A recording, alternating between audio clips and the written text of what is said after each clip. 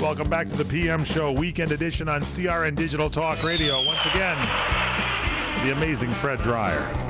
Thank you so much, ladies and gentlemen. Welcome back to the show. We're talking about the narrative of what is at stake in this country and in this election that's coming up in these next nine or 10 months. So you're saying the candidate should be definitely speaking a certain talk right now, talking to us in a certain way, instilling faith, confidence in us, but saying the right thing. That's exactly correct. And instead, it's as if you were. Let me make an analogy. I hope this works.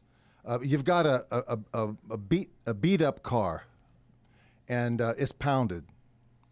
And you're talking about how it needs shocks and alignment. You've seen the CRN van parked out in the lot. That's your car, I think. That's your car. That's correct. And when the car is so beaten up and hammered, right, the narrative between the politicians and the mechanics, in this sense, are now talking about the alignment is out. Who can best do the job to realign the front end when the entire thing is shot? Right. Okay. Should be talking about rebuilding the whole car. You should be talking about who took the car and who's driving it. Right. And why did they take this nice sports Ford car van, yeah, and drive it up Pikes Peak? Exactly. And so what we have an America that is really being pushed against the wall, and our narrative from Mitt and Santorum is pales into really what the conversation should be. It's got to be elevated, and so what we're going to hear now is a series of sound bites from Daniel Hannan. Now, Daniel is a member of the European Parliament. He's an author and a journalist. He's been a politician for 12 years. He's over here. He loves this country, as you will well see in his in how he speaks to you. And so what we're talking about, he was the guest at CPAC, the Conservative Political Action Conference in Washington, D.C. over the last week. And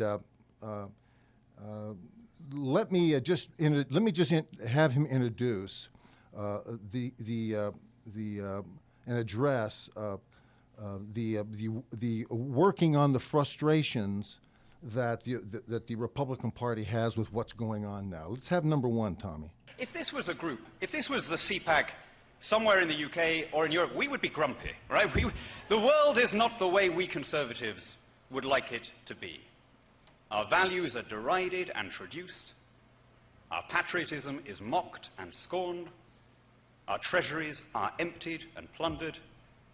Our children are being expropriated. There are plenty of things to be angry about. And there's a real danger, as conservatives, that you just get angry, that you just get curmudgeonly. I find myself doing it sometimes. But the wonderful thing about the last couple of days of CPAC has been that you've been focused on how we get out of this mess, on the positives of where do we go, how do we get this right.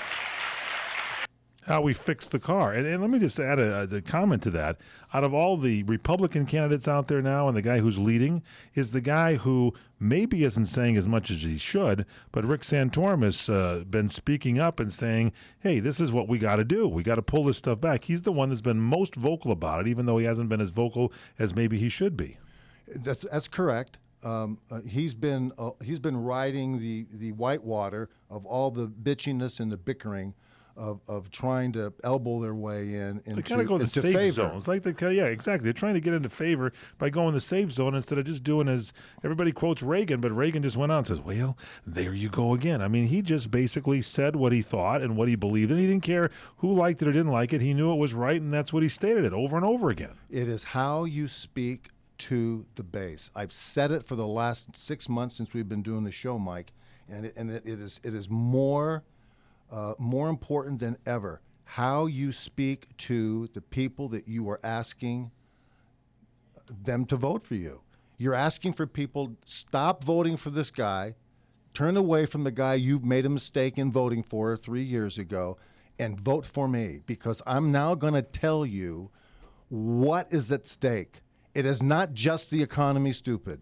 It is an awful lot more than you could ever possibly imagine. And the interesting thing is that what I like about this vetting process and about CPAC and all these things coming along right now is and Newt for that matter, having him in there. But what I like about that is that it perpetuates the conversation. So these things now become mainstream. The CPAC people are now listening to what is at stake, and hopefully the CPAC people now start to put pressure on, and it has a trickle-down effect on people, and it reaches, by the time we come up with a candidate, it reaches a level where we're able now to specifically articulate and talk to people and win people over. You've got to change people's mind. And if the Constitution, the threat of losing the Constitution isn't enough, we got a real big problem.